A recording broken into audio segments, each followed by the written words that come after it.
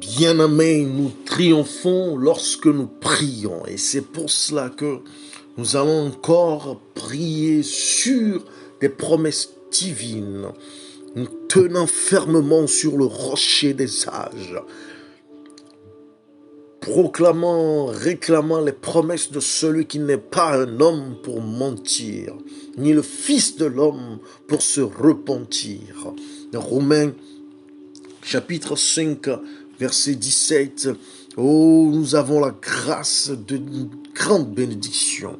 En effet, la Bible dit, si par l'offense d'un seul, la mort a régné par lui seul, à plus forte raison, ceux qui reçoivent l'abondance de la grâce et du don de la justice régneront-ils dans la vie par Jésus-Christ lui seul.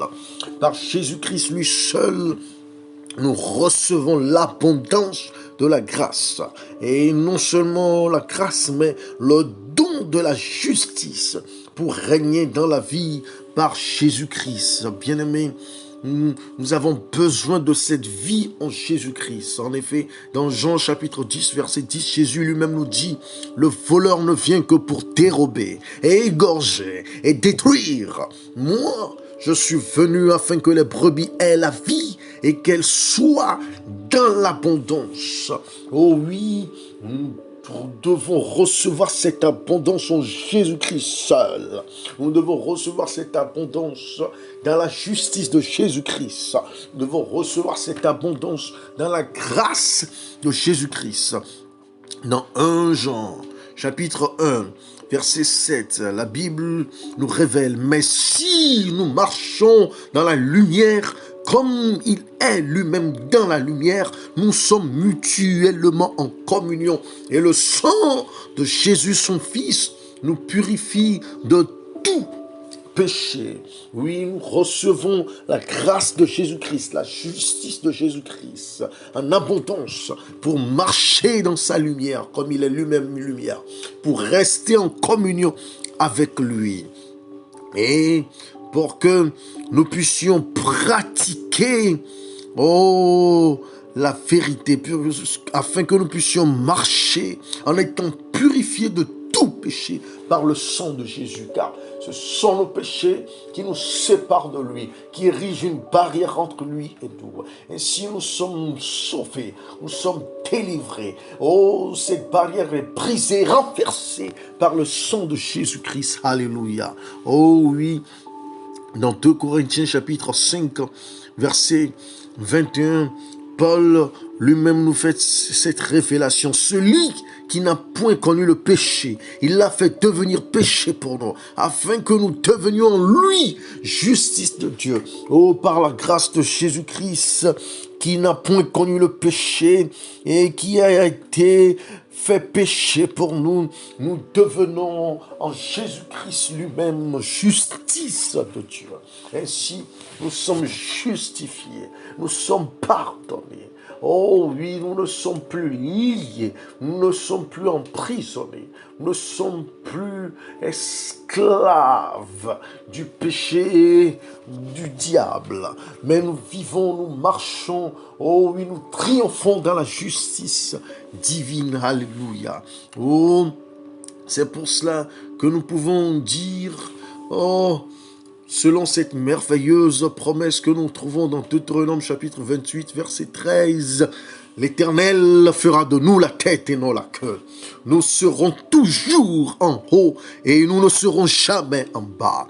Lorsque nous obéirons aux commandements de l'Éternel notre Dieu, qui nous prescrit aujourd'hui, lorsque nous les observerons et les mettrons en pratique par sa grâce et sa justice. Oui, comme nous trouvons dans Job, chapitre 22, verset 28, oh oui, à nos résolutions répondra le succès, sur nos sentiers brillera la lumière. Oh oui, comme nous trouvons dans Luc, chapitre 2, verset 52, et Jésus, comme toi, nous croissons en sagesse, nous croissons en stature, nous croissons en grâce devant toi, notre Dieu, et devant les hommes avec qui nous vivons. Oh oui, par ta grâce, Seigneur, oh, cette bénédiction du psaume chapitre 112, verset 3, est notre. Et nous disons avec le psalmiste, oh, nous avons dans notre maison bien-être et richesse, et notre justice subsiste à jamais, Seigneur. Oh, merci pour cette abondance, merci pour cette richesse. Oh oui, nous glorifions dans ta grâce, dans ta justice. Et comme il est écrit dans Psaume 91, verset 1, nous demeurons sous ton abri, ô très haut. Nous nous reposons à ton ombre tout-puissant. Et nous sommes protégés, délivrés de toute atteinte de l'ennemi, de toute attaque de l'ennemi, oh, de toute malversation de l'ennemi. Oh oui, de toute machination de l'ennemi.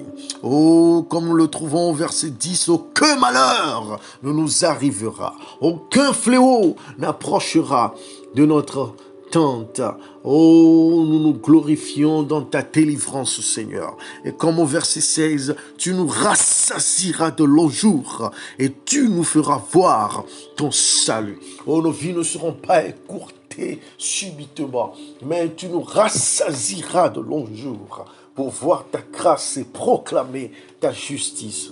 Oh oui, comme nous le trouvons dans Ésaïe chapitre 54, verset 13, Seigneur, nous nous réjouissons que nous sommes tes disciples et grande sera notre prospérité. Alléluia.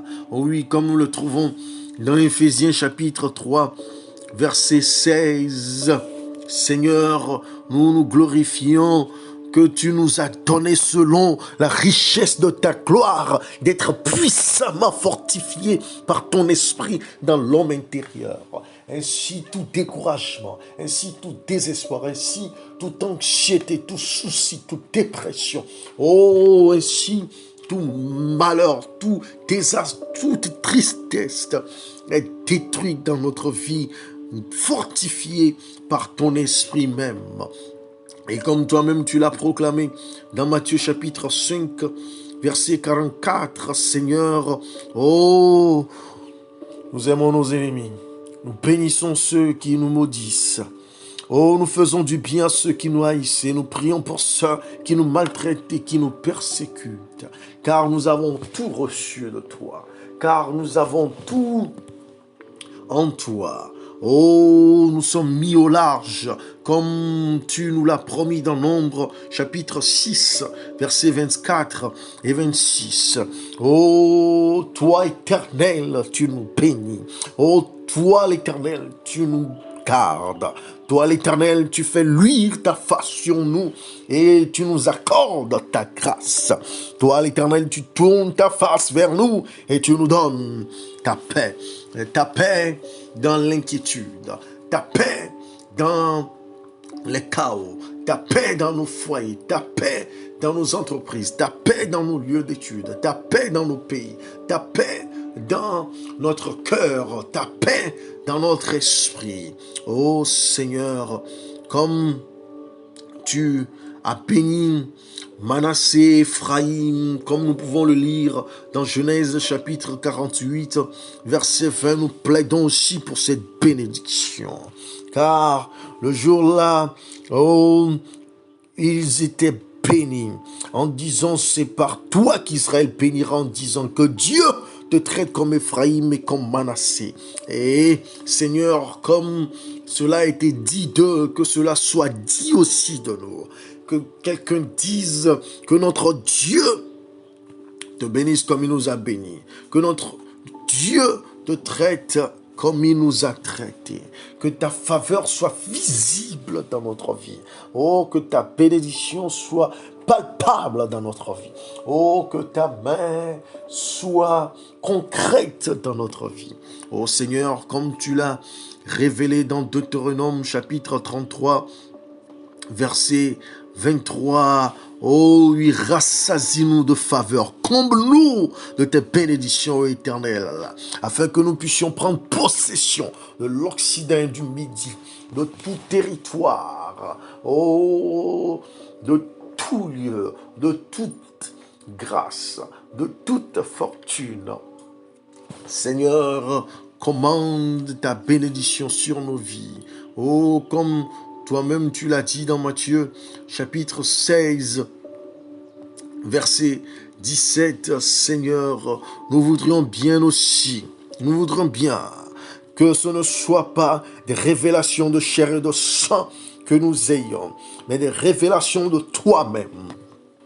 Oh, de tes démarches dans nos vies, de tes accomplissements ici-bas. Oh oui, de tes actions ici-bas, au nom puissant de Jésus-Christ. Amen.